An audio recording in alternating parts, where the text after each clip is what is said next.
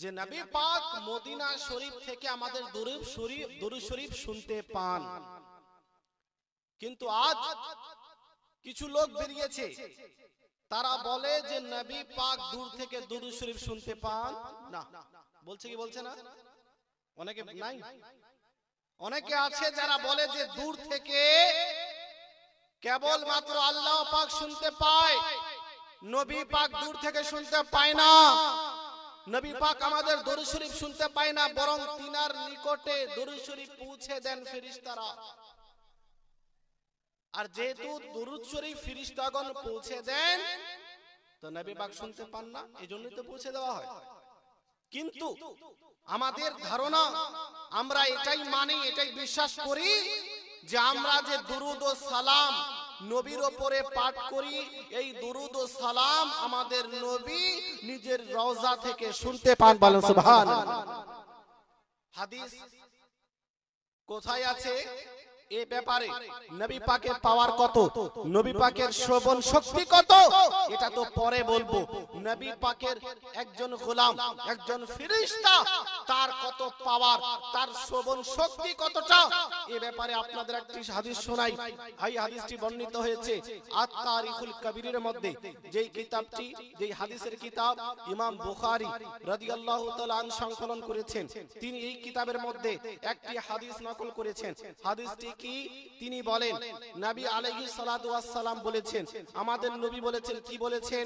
আমার নবী বলেন, ইন্না লিল্লাহি মালাকা, আল্লাহ পাকের একজন ফেরেশতা আছে, আতাহু সামআল খালাইক, যেই ফেরেশতাকে আল্লাহ পাক সমগ্র বিশ্বের আওয়াজ শ্রবণ করার শক্তি দিয়েছেন। বলেন সুবহানাল্লাহ।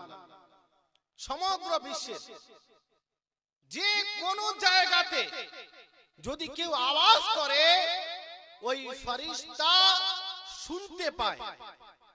এবার ওই ফেরেশতা আছে কোথায়? প্রশ্ন।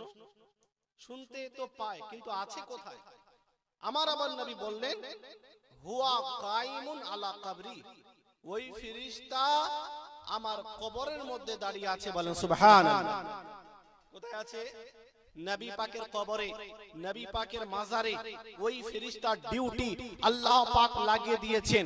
আমার আপনার নবী বলেন, ফামা ইউসাল্লিমু আলাইয়া, যখনই কোন ব্যক্তি আমার উপরে দুরূদ পাঠ করে, ইল্লা আবলাগানি বিইসমিহি ওয়া ইসমি আবিহি, ওই ফেরেশতা সেই ব্যক্তির নাম নিয়ে, শুধু সেই ব্যক্তির নাম নয়, বরং তার পিতার নাম নিয়ে আমার দরবারে বলে, ইয়া রাসূলুল্লাহ, অমুকের ছেলে অমুক অমুক জায়গা থেকে আপনার উপরে দুরূদ পাঠ করেছে। বলেন সুবহানাল্লাহ। আমি বলতে চাই, এই হাদিসের মধ্যে সুস্পষ্টভাবে আমাদের নবী বলে দিলেন যে আমার মাজারের মধ্যে, আমার কবরের মধ্যে একজন ফেরেশতার ডিউটি লাগিয়ে দেওয়া হয়েছে, যেই ফেরেশতার শক্তি অনুযায়ী গোটা দুনিয়ার যে কোনো জায়গা থেকে, সে ইন্ডিয়া থেকে হোক, পাকিস্তান থেকে হোক, বাংলাদেশ থেকে হোক, আমেরিকা থেকে হোক, জাপান থেকে হোক, চীন থেকে হোক, যে কোনো দুনিয়া থেকে হোক, যেই কোনো দেশ থেকে হোক, যদি কোনো ব্যক্তি আমার উপরে দুরূদ পাঠ করে, তো ওই ফেরেশতার এত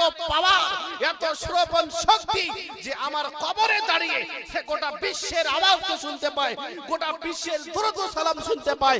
আমি আপনাকে বলতে চাই, আমার নবীর গোলামের যদি এত পাওয়ার হয়, একজন ফেরেশতার যদি একজন পাওয়ার হয়, তো আমার নবীর পাওয়ার কি হবে? বলেন সুবহানাল্লাহ। নবীর পাওয়ার কি হতে পারে?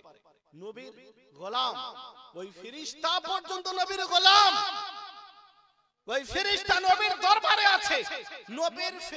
নবীর দরবারে থাকা একজন ফেরেশতার যদি এত পাওয়ার হয়, তো আমার আপনার নবীর পাওয়ার কত হবে? আমার আপনার নবী শুনতে পান কিনা, এই ব্যাপারে দালাইলুল খায়রাতের মধ্যে আর একটি হাদিস বর্ণিত হয়েছে। কি হাদিস? নবী আলাইহিস সালাম বললেন, আসমাউ সালাতা আহলি মুহাব্বতি, হে আমার উম্মতিরা শোনো, যে ব্যক্তি আমার উপরে মহব্বত, ভালোবাসার সহিত দুরূদ পাঠ করে, আমি তার দুরূদকে স্বয়ং নিজে শ্রবণ করি। বলেন সুবহানাল্লাহ। শুধু শ্রবণই করি না, ওয়া আরিফুহুম, এবং আমি তাদের চিনতেও পারি। বলেন সুবহানাল্লাহ। যে কে আমার উপরে দুরূদ পাঠ করেছে। ফেরেশতা, ওই ফেরেশতার এত পাওয়ার আল্লাহ পাক দিয়েছেন যে যে দুরূদ পাঠ করছে তাকেও চিনে এবং তার পিতাকেও চিনে, এই জন্যই তো নাম নিতে পারছে। হ্যাঁ, একজন ফেরেশতার যদি এত পাওয়ার হয় তো সমস্ত ফেরেশতাদের সরদার, সমস্ত নবী ও রাসূলদের সরদার আমাদের শেষ নবী হযরত মুহাম্মদ মুস্তাফা সাল্লাল্লাহু তাআলা আলাইহি ওয়াসাল্লামের কত পাওয়ার হবে মুসলমান, এটা আমরা ভাবতেও পারি না, এটা চিন্তা করতেও পারি না। এই জন্য নবী পাকের সম্পর্কে এই ধারণা রাখতে হবে যে নবী পাক দূর থেকে দুরূদ শরীফ শুনতে পান এবং যে ব্যক্তি দুরূদ পাঠ করে তাকে চিনতেও পারেন। বলেন সুবহানাল্লাহ।